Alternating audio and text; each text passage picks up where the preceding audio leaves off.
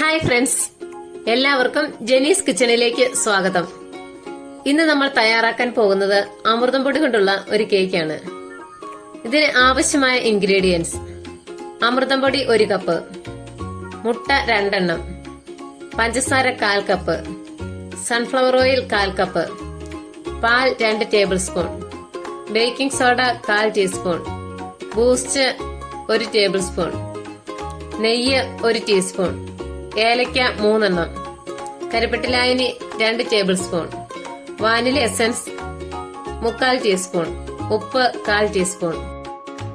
ആദ്യമായി 1/4 കപ്പ് പഞ്ചസാര മിക്സിയുടെ ജാറിലേക്ക് ഇട്ട് കൊടുക്കുക.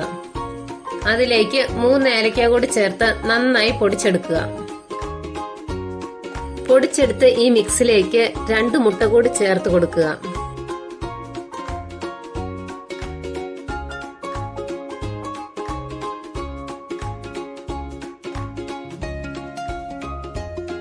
മുട്ടയുടെ മണം മാറുന്നതിനു വേണ്ടി 3/4 ടീസ്പൂൺ വാനില എസൻസ് കൂടി ഇതിലേക്ക് ചേർത്ത് കൊടുക്കാം.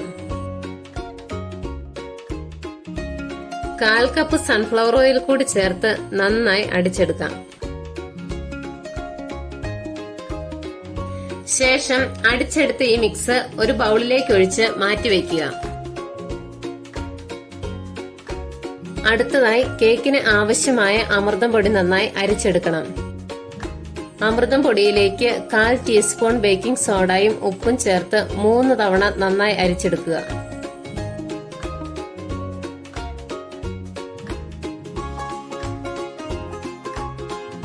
അരിച്ചെടുത്ത അമൃതം പൊടി നേരത്തെ നാം തയ്യാറാക്കി വെച്ച മിക്സിലേക്ക് ചേർത്ത് നന്നായി ഇളക്കുക.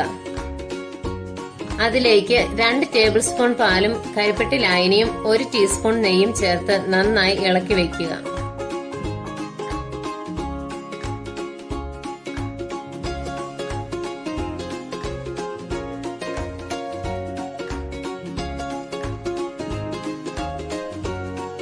കേക്കിന് കളറും ടേസ്റ്റും വർദ്ധിക്കുന്നതിന് 2 ടേബിൾ സ്പൂൺ ബൂസ്റ്റ് കൂടി ചേർത്ത് കൊടുക്കുക.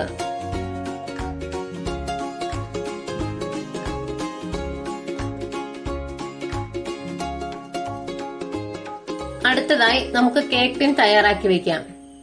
അതിനായി 1 ടീസ്പൂൺ ഓയിൽ പാത്രത്തിലൊഴിച്ച് നന്നായി പുരട്ടി വയ്ക്കുക.